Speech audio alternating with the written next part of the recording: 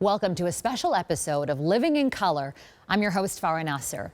And a special episode because in the past 24 hours, we've seen 3 examples of our Prime Minister, current Liberal leader Justin Trudeau, painting his face in blackface. He has since apologized. He's talked about his own white privilege, but is it enough? We are in the middle of an election campaign. Joining me now to weigh in on this is Sabreena Ghaffar-Siddiqui. She's a doctoral researcher in racism and discrimination, as well as Andray Domise. He's a contributing editor of Maclean's magazine. Thank you both for joining me. Trudeau has just come out and said he is sorry again, the second press conference he has held. He started that press conference apologizing to racialized communities. Is it enough? Andray, I'll start with you. I mean, it's not for me to decide whether it's enough. I can't accept an apology on anyone, on behalf of anybody other than myself. I'm upset that there's even an incident during this election that requires this kind of an apology because, you know, I was told in the lead up to the 2015 election that diversity was our strength and that, you know, this kind of behavior is unacceptable when it comes from political leaders. So what I will say, though, is that what's bothered me so far is the amount of people who are either accepting this apology, who are not people of color themselves, accepting Prime Minister Trudeau's apology on behalf of everybody else, and who are calling it a distraction or telling people who are, you know, hurt by this that they are endangering the Liberals' election prospects, and that's absolutely ridiculous to me. The idea that somebody's election prospects takes precedence over everybody else's humanity, that's not what this is supposed to be about. Okay, that's an excellent point, Andray. So I want to bring you in on this because we're not a monolith of people of color, right? There's differing viewpoints, and some people of color are not as outraged as some people who are not of color, and saying that this election had racist undertones from the beginning, before even this happened. Tell me more. So I think the important thing to remember here is that, yes, it was completely racist. It was wrong. And there's absolutely no denying that. The apology was important, and I'm glad that the Prime Minister apologized. But what I'm afraid of is this becoming a one-person issue, just a political issue, just an election issue. As someone who's been doing research, you know, in this area for a good decade of my life, racism has existed before, you know, the Prime Minister engaged in this behavior, and it's been a persistent, pervasive, insidious problem in Canada way before this. Right. Let's go back to the specific case, though, and I want to talk a bit about Blackface with you, Andray. You did a podcast on it, which is really interesting. But also, I mean, I've been criticized when I tweeted this. People were upset that I've ruined Halloween now, right? That some people really don't understand the gravity of this. Can you talk to us a bit about that? So what a lot of people fail to understand is that blackface is not just, you know, painting your face and even mocking people. Blackface is a long history of dehumanization towards black people and towards other people of color, because there is a history in theater of British actors browning up their faces and pretending to be people of South Asian descent. But where it comes to blackface in the United States, that began in the 1830s. And the progenitor of blackface and Jim Crow was an actor named Thomas D. Rice, and he became popular at the same time that the British abolitionist movement was reaching such a crescendo that the Slavery Abolition Act was passed, received full assent in 1834. Blackface was like the mainstream means of propagandizing people into believing that freeing black people in the United States was going to turn a savage race loose upon innocent white people. So that is the background radiation, that is the context in which blackface exists. You can't divorce it of that origin. Can you explain to me what brownface is? And Sabreena, I'm happy for you to jump in on this too, because this is personally the first time I heard this term was yesterday. Yeah, I mean, I can tell you the reason why so many people are minimizing this and saying that, well, you know, I mean, it was just a costume, blah, blah, blah. It's because there is no understanding. There's a lot of ignorance when it comes to how offensive something, you know, doing something like this is for marginalized people. But the fact that we're even having this conversation, again, I feel like that is what the focus should be on. The fact that we're having a conversation about race that we haven't been having otherwise. And I think the other interesting thing is in this election, I mean, we saw a headline recently that people within the NDP say that they are not ready for a prime minister with a turban. We've had in the Conservative Party candidates who've aligned themselves, with a white supremacist or have made homophobic or racist comments in the past. So this race has really been an undertone this election. What do you have to say about that, Andray? What have you noticed? I'm trying so hard not to laugh here, because when people say that they might not be ready for a prime minister with a turban, well, apparently we've already had one. Here's the other thing. I want to know why it is. It's not funny, but it kind of is. Why? Why is it funny? I have to ask. Because if I didn't laugh, I'd cry. You know, how often do we have to have these kinds of conversations before we understand that racism is a problem in this country? Everything is a one-off scenario. There's no connection between any other event. Everything happens in isolation, so therefore there's no grander conversation to be had. So my reaction to that is either to be profoundly depressed or just to laugh at people's ridiculousness, and inability to confront their own problems. But here's a question I have. There's a lengthy tradition of blackface in theater, not just in Toronto or in Canada, but in Quebec as well. How many times did we have to have the conversation that televising blackface is actually not okay? That doing a theater production where people pretend to be somebody like P.K. Subban by wearing blackface is just not okay. And in Quebec, they really seem to love the blackface. And this is not just a tradition within Quebec. It seems to be a tradition with these sort of like these rich families, these Laurentian elites, these politically connected people in Canada, but also in the United States as well. Like you saw that example with Governor Ralph Northam, I think it was earlier this year or last year, and then there became like a spate of U.S. elected officials who also had to admit, yes, I did appear in blackface in college as well. Yes, it's in my yearbook. I feel sorry for every storage unit curator who's right now fielding like a barrage of requests for their yearbook caches.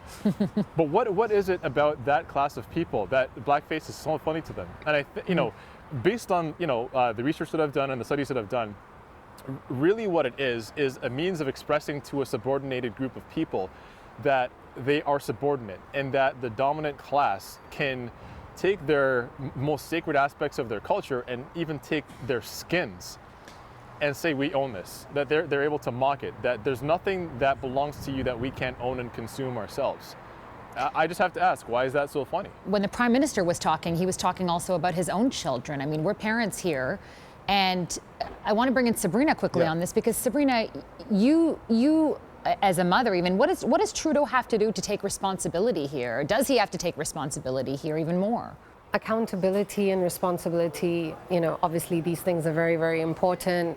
I personally felt like his apology was sincere, especially the second time that, what I just watched.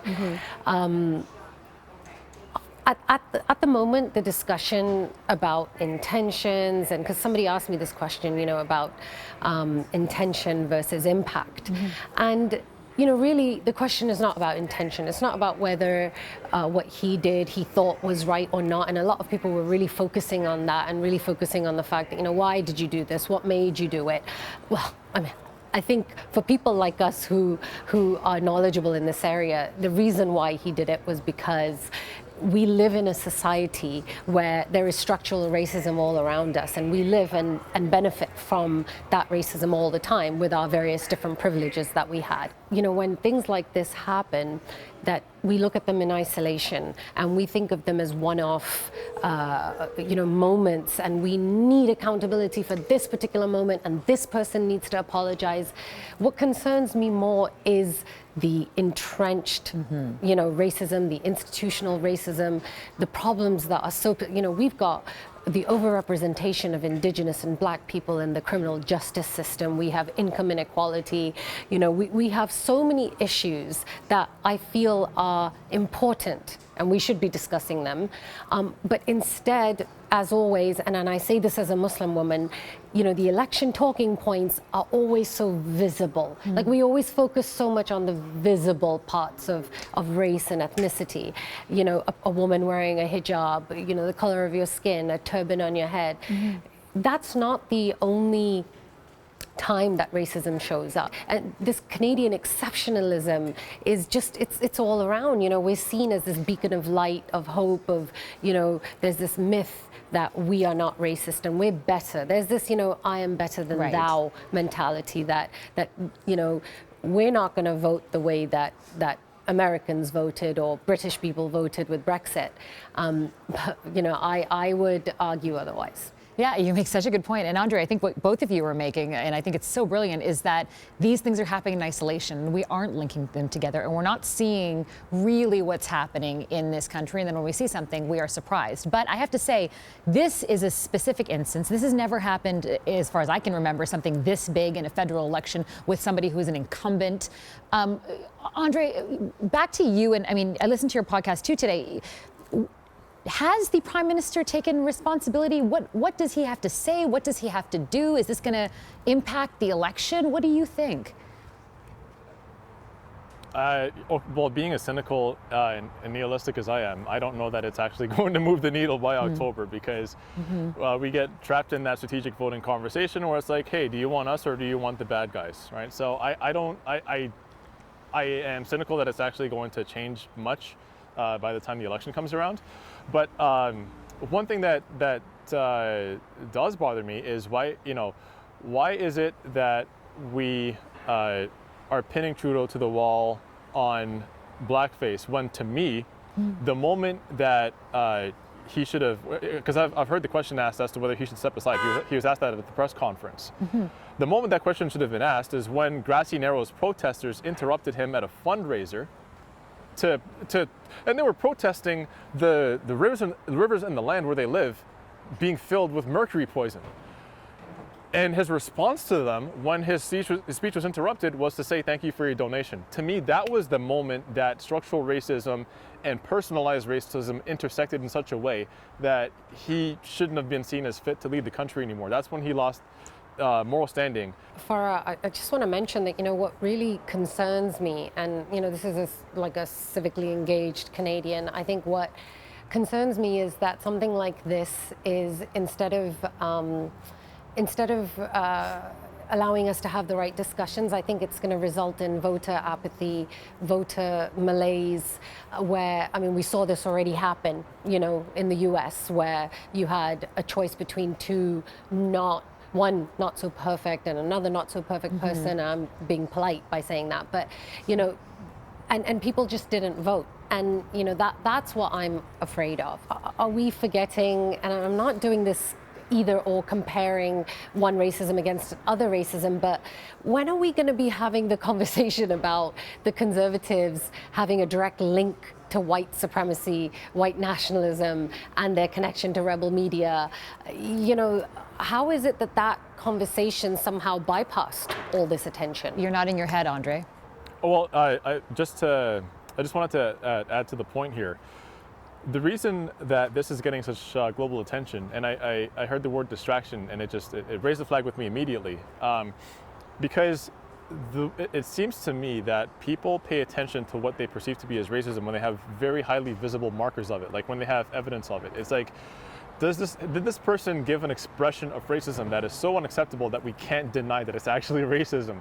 And it usually happens at a couple of points. One is when somebody uses an open racial slur, and the other time is when somebody does something like dress in blackface or brownface or yellowface or redface, whatever the outward expression of that is. And the fact that we have to wait for those gotcha moments to have these conversations tells me that we're so politically unsophisticated that, you know, are we even capable of having this conversation at all? Sabreena and Andray, I really appreciate your time. I know we were saying we don't have these conversations in the mainstream media until there's some sort of moment, but we've had Living in Color on air for the past year. I encourage our viewers to go back, look at previous episodes to get a perspective on various issues. Again, that's Living in Color on Global's YouTube channel. Thank you both for joining us.